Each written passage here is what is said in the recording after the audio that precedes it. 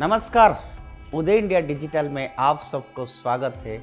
मैं हूं दीपक कुमार रथ। मित्रों, आज हम भारतीयता का शंखनाद का एक और पन्ना आपके सामने रखने जा रहे हैं। वो भी भारत का जो कश्मीर है, जिसको हम स्वर्ग भी करके जानते हैं, वो कश्मीर, उसी के ऊपर उसकी सभ्यता, उसकी इतिहास, उसके ऊपर आज हम थोड़ा सा चर्चा करेंगे। मित्रों, आप सबको मालूम है कि कश्मीर हमारी संस्कृति और सभ्यता का एक अभिन्न अंग है, क्योंकि प्राचीन भारत में कैलाश पर्वत के आसपास भगवान शिव के गणों की सत्ता थी और उसी इलाके में ही दक्ष राजा का भी साम्राज्य था। और ऐसा भी माना जाता है कि कश्यप ऋषि कश्मीर के पहले राजा थे।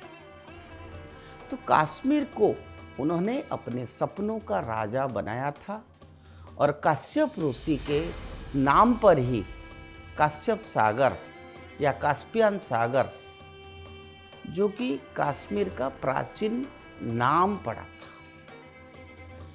रिसर्चर्स के अनुसार जो हमारा शोध करता है, वो उनके हिसाब से कास्पियन सागर के लेकर कश्मीर तक ऋषि काश्यप के कुल के लोगों का राजा फैला हुआ था। हाल में अखनूर से प्राप्त हड़प्पा कालीन अवशेषों तथा मौर्य, कुषाण और गुप्त काल की कलाकृतियों से जुड़े जम्मू के प्राचीन इतिहास का पता चलता है। और 1184 ईसा पूर्व के राजा गोनन से लेकर राजा विजय सिम्हा, जो कि 1129 ईस्वी का है, उस तक के कश्मीर के प्राचीन राजवंशों और राजाओं के प्रामाणिक दस्तावेज भी आज उपलब्ध है। जम्मू कश्मीर और लद्दाख क्षेत्र में पहले हिंदू शासकों और फिर बाद में मुस्लिम सुल्तान के अधीन चला गया। बाद में यह क्षेत्र अकबर के शासन में मुगल साम्राज्य का भी हिस्सा बन गया। वर्ष 1756 से अफगान शासन के बाद वर्ष 1819 में यह क्षेत्र पंजाब के सिख साम्राज्य के अधीन हो गया था। जब भारत को अंग्रेजों से राजनीतिक स्वतंत्रता प्राप्त हुई, तब धर्म के नाम पर भारत के एक बड़े भूभाग को अलग कर पाकिस्तान बना दिया गया था मित्रों। और विभाजन की इस त्रासदी के समय भी पाकिस्तानी सेना ने कबायलियों के साथ मिलकर जम्मू कश्मीर क्षेत्र पर आक्रमण करके इसके बहुत बड़े भूभाग पर कब्जा कर लिया था। ये आप सबको मालूम है मित्रों। इस आक्रमण का भारतीय सेना ने मुंहतोड़ जवाब देते हुए कब्जा मुक्ति का अभियान बहुत सफलतापूर्वक चला रही थी। लेकिन बीच में ही तत्कालीन प्रधानमंत्री पंडित जवाहरलाल नेहरू ने उन्होंने एक तरफा युद्ध विराम की घोषणा कर दी, जिसके कारण लगभग आधा कश्मीर आज भी पाकिस्तान की अवैध कब्जे में है। यह तत्कालीन पंडित नेहरू सरकार की सबसे बड़ी राजनीतिक भूल माने जाते हैं, जिसके चलते यह क्षेत्र पिछले लगभग 70 वर्षों तक अशांत क्षेत्र बना रहा। ये आप सबको मालूम है। हालांकि कश्मीर सनातन हिंदू संस्कृति का गढ़ रहा है, परंतु कश्मीर का इतिहास और भूगोल दोनों ही बदल दिए गए हैं। हमें ऐसा आभास कराया जाता है कि कश्मीर क्षेत्र के इस्लाम के कब्जे के क्षेत्र रहा है। तत्कालीन पंडित नेहरू सरकार की जम्मू कश्मीर से संबंधित दूसरी सबसे बड़ी गलती थी राज्य में धारा 370 लागू करवाना।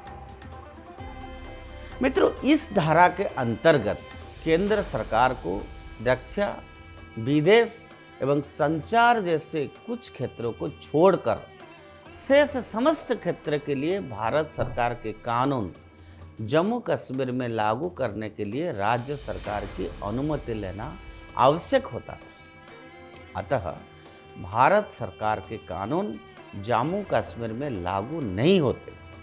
इसका परिणाम यह निकला था कि भारत के अन्य राज्यों से कोई भी भारतीय नागरिक जम्मू कश्मीर की सीमा के अंदर जमीन या संपत्ति नहीं खरीद सकता।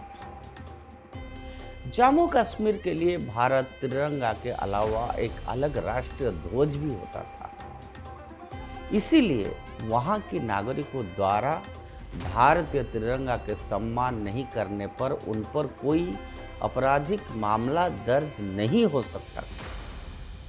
यहाँ तक कि जम्मू और कश्मीर के संबंध में भारत के सुप्रीम कोर्ट द्वारा यदि कोई आदेश दिया जाता है तो वहाँ के लिए वह जरूरी नहीं है कि ये उसकी पालन करे। जम्मू और कश्मीर की कोई महिला यदि भारत के किसी अन्य राज्यों के किसी व्यक्ति से शादी कर लेती थी तो उस महिला से उसके कश्मीरी होने का अधिकार छिन जाता था।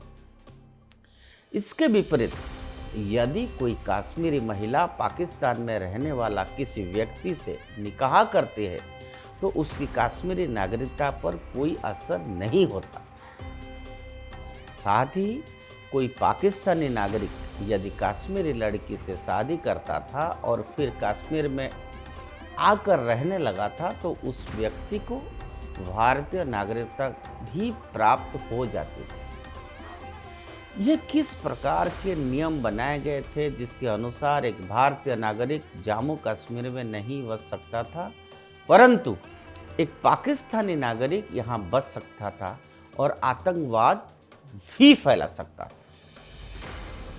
मित्रों, कुल मिलाकर धारा 370 के चलते नागरिकों के हितार्थ पूरे देश में भारत सरकार द्वारा चलाई जा रही कई योजनाओं का लाभ जम्मू कश्मीर एवं लद्दाख से नागरिकों को नहीं मिल पा रहा एवं इन क्षेत्रों का विकास भी नहीं हो पा रहा था क्योंकि अत्यधिक आतंकवाद के चलते कोई भी उद्योगपति अपना निवेश इस क्षेत्र में करने को तैयार नहीं होता था। इस क्षेत्र के नागरिकों को लाभ पहुंचाने, इस क्षेत्र के आर्थिक विकास को गति देने एवं आतंकवाद को समूल नष्ट करने के उद्देश्य से दिनांक 5 अगस्त 2019 को भारत सरकार ने जम्मू एवं कश्मीर को खास दर्जा देने वाली धारा 370 को कानूनी रूप से खत्म कर दिया था और इसके बाद से वहां कोई बदलाव दृष्टिगोचर है।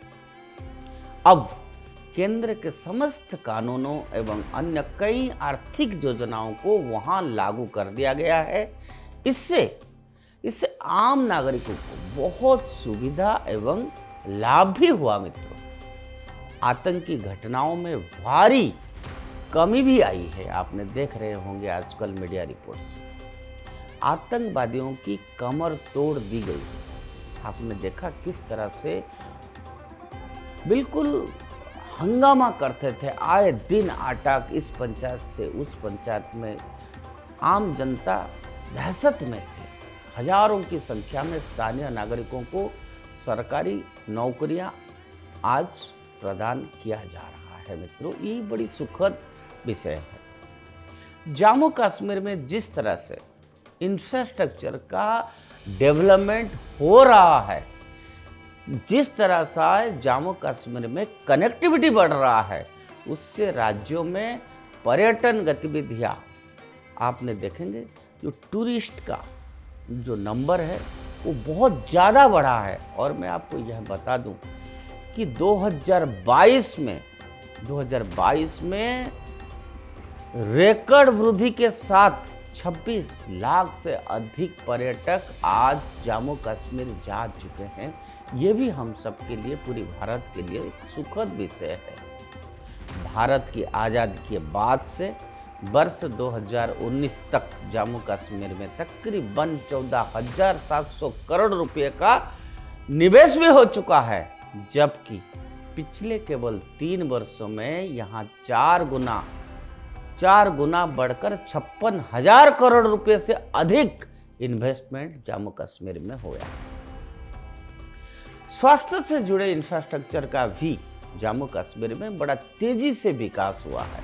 आप सबको मालूम है कि 2 नया एम्स बनी है, 7 नए मेडिकल कॉलेज बने हैं, 2 स्टेट कैंसर इंस्टीट्यूट बनी है, 15 नर्सिंग कॉलेज खुलने जा रहे हैं।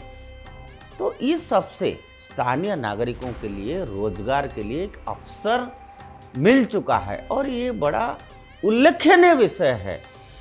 Everybody must notice this development कि जो राज्य एक नकारात्मक की राह पर जा रहा था, वहाँ के नागरिक के सामने आज एक पॉजिटिव राह दिख रहा है। उनके लिए एक आशा आकांक्षा, जिसको hope and aspirations for the people of Jammu Kashmir is increasing day by day. They are now earning money, they are getting employment. और अब कश्मीर वाकई में कश्मीर आज जन्नत बनने की राह पर अग्रसर है। मित्रों, मैं ये सारा इतिहास से लेके अब तक ये जो विषय आपके सामने आज भारतीयता का शंखनाद पर बताया, इसके पीछे एक कारण है कि वहाँ पर जिस तरह से तत्व, जिस तरह से पॉलिटिकल लीडरशिप, पॉलिटिकल विल और उस प्रांत को भारत से अलग करके देखते थे, वहाँ की जनता को सारा भारत सरकार की सुविधा नहीं पाते थे, इंडस्ट्रियलाइजेशन नहीं हो रहा था, इंफ्रास्ट्रक्चर पर एजुकेशन नहीं हो पा रहा था, इंडस्ट्रियल डेवलपमेंट नहीं हो रहा था।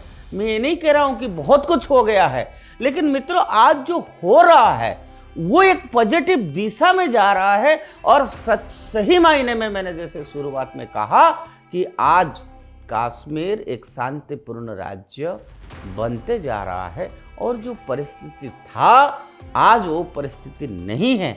मैं पिछले 7 दिनों की बात आपको बताऊं, मेरे कम से कम 20-30 परिवार कश्मीर गए थे।